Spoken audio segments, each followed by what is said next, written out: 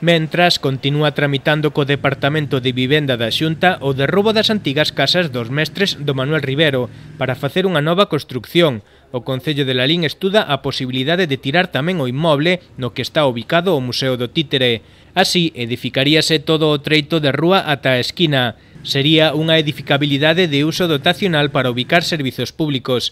Diferentes departamentos municipais que o Concello ten aínda sen definir.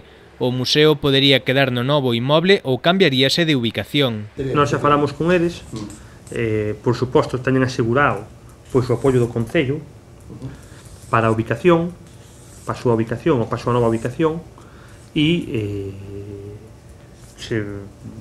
cando sexa o momento pois buscaremos cales son as posibilidades que temos dentro do Concello de ofertarlle e eu entendo que non vai haber ningún tipo de vacío. A intención é darlle un tratamento integral a toda a fachada do calexón. As vivendas resultantes serán de promoción pública.